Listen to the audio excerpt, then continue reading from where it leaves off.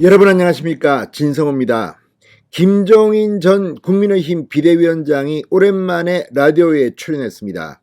그리고 윤석열 대통령 당선인의 장관 인사에 대해서 질문을 받았습니다. 자, 김종인 씨는 정말 윤석열 당선인과는 깊은 인연이 있는 것 같지만 또 인연이 없습니다. 사실 김종인 비대위원장 선거대책위원장으로 모시기 위해서 윤석열 당선인이 노력했지만 결국 선대위원장 김종인은 실패를 했습니다. 중간에 하차했습니다. 그리고 만든 게 선대본부입니다. 선대위원회를 해체하고 선대본부를 만든 뒤부터 윤석열은 잘 나가기 시작했습니다. 자, 그래서 대통령까지 당선됐습니다. 그렇지만 김종인 전 위원장의 해안은 여전합니다. 그 뒤에도 계속 나왔지만 결국 김종인은 민주당에 들어가지 않았습니다. 이재명은 계속해서 김종인을 데려가려고 했지만 김종인은 적정한 수준을 유지했습니다. 자, 그리고 이제 윤석열 대통령 당선인이 됐습니다. 김종인은 윤석열의 장관 인사에 대해서 어떻게 생각할까요? 의외의 답이 나왔습니다. 무엇보다 한동훈 법무부 장관 후보자에 대해서 18명의 장관 인사 중 가장 잘한 인사라고 이야기했습니다. 왜 그랬을까요? 진성호의 직설 시작합니다. 방송에 앞서 아직 진성호 방송에 구독자가 아니신 분은 붉은색 구독 버튼 눌러주십시오. 더 좋은 방송으로 보답하겠습니다. 자, 민주당이 지금 윤석열 당선인의 장관 인사에 흠집을 내기 위해서 계속 공격을 하고 있습니다. 특히 한덕수 국무총리 후보자 역시 가장 급이 높기 때문에 한덕수를 격침시키려 하고 있습니다. 또 그 다음으로 지금 가장 많은 공격을 하고 있는 게 한동훈입니다. 한동훈 법무부 장관 후보자는 아예 인사청문회를 보이콧할 것을 검토할 정도로 지금 민주당 의원들은 치를 떨고 있습니다. 그만큼 무서운지 두려운지 아니면 싫은지 모르겠습니다. 그 외에도 이 보건복지부 장관 후보자 정호영 후보자가 있는데 오히려 정호영 후보자는 언론들과 국민의힘 내부에서도 자진 사퇴를 요구하는데 민주당은 적당히 비판합니다. 왜? 정호영은 빨리 그만두면 안 되고 계속 끝까지 가서 문재인 정권의 조국처럼 되기를 바라는 것 같습니다. 아무튼 지금 묘한 일이 벌어지고 있습니다. 정호영은 계속 이 이슈를 끌고 가고 싶어한다. 이런 생각이 듭니다.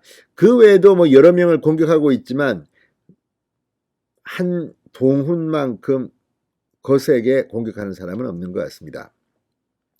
그래서일까요? 오늘 이 김종인 전 비대위원장이 이 CBS 라디오 김현정의 뉴스쇼에 나왔습니다. 그런데 이 한동훈에 대해서 능력이나 자질로 봐서 하나도 손색이 없다고 평가했습니다. 자, 김현정 앵커의 이 질문을 받고 김 전 위원장은 윤석열 당선인이 대통령에 당선될 수 있는 과정을 보면 추미애 전 법무부 장관의 갈등을 시작으로 해서 국민의 관심을 끌게 되고 그 결과가 오늘날 윤석열 당선인을 만든 거다. 이 과정에서 한동훈 후보자가 아마 가장 고초를 겪은 사람이라고 생각한다. 4번씩이나 좌천 인사를 받고 그래도 좌절하지 않고 꿋꿋이 남은 걸 보면 법무부 장관으로서 임무를 수행하는데 별 큰 문제가 없을 사람이라고 생각한다. 이렇게 말했습니다. 김현정 앵커가 18명 중 가장 잘된 인사를 꼽아달라 이렇게 묻자 한동훈을 선택했습니다. 김종인 전 위원장은 일반 국민이 생각하기에 조금 신선한 맛이라도 있는 사람이 한동훈 후보자라고 생각한다. 한 후보자 스스로도 이야기를 했지만 저 사람이 대통령이라고 해서 무조건 냉정하는 그런 스타일은 아닌 것 같아. 한 후보자를 데리고 있던 상관들 이야기를 들어보면 상관의 말도 자기 뜻에 맞지 않으면 듣지 않는다더라. 자기 소신이 투철한 사람이라고 보기 때문에 그런 사람 하나 정도 있는 게 좋다고 생각한다. 그러니까 아마 한동훈 장관 후보자는 장관이 된 뒤에도 윤석열 대통령에게 쓴소리를 할 수 있는 그런 인물로 보입니다.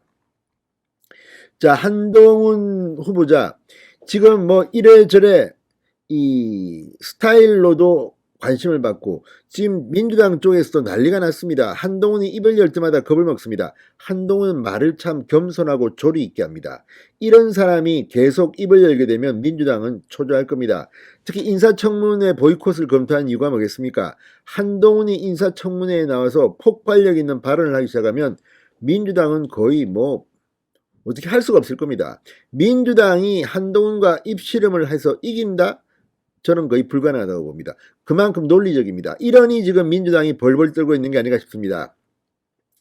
자, 반면 김종인 전 비대위원장은 두 자녀의 경북대 의대 편입학 과정에 특혜가 있었다는 의혹을 받고 있는 정호영 보건복지부 장관 후보자에 대해선 새로운 정부가 탄생하는데 나로 인해 장애가 될 것 같다고 판단하면 본인 스스로가 용기를 내서 판단해야 한다. 사실상 자진 사퇴하는 게 좋다는 뜻을 비쳤습니다.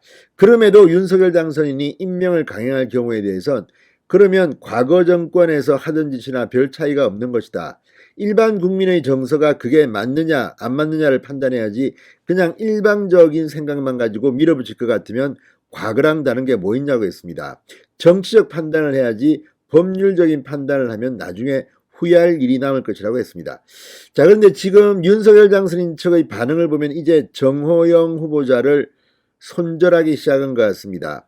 지금 40년직이라고 하는데 제가 봐도 윤석열 당선인과 정호영 후보자가 40년직이라고 부르기에는 좀 그렇습니다. 자, 서울대법대, 경북대 의대 이런 거 아닙니까? 아무튼 자, 지금 정호영 복지부 장관 법률적으로 문제가 없다 이렇게 주장할 수 있을지 모르겠습니다. 그러나 국민들 눈에 볼 때 이해상충이라는 게 있습니다. 아버지가 다니는 그 학교에 그리고 아버지의 친한 사람들이 평점을 주고 실명도 다 공개된 상황에서 면접을 봤다는 보도도 나오고 이런 것을 법적으로 이게 불법이다 책임져라가 아니라 상식적으로 아버지 친구들이 이 면접을 보고 물론 이게 이제 법적으로 문제가 없을 수도 있습니다. 억울할 수도 있습니다. 그러나 이렇게 오해받을 이해가 상충되는 곳에 이렇게 한 것이 과연 옳으냐는 판단은 국민들마다 조금씩 다를 겁니다. 자, 어쨌든 정호영 후보자 결단의 시간이 다가오는 것 같습니다. 진성호의 직설이었습니다. 여러분 감사합니다.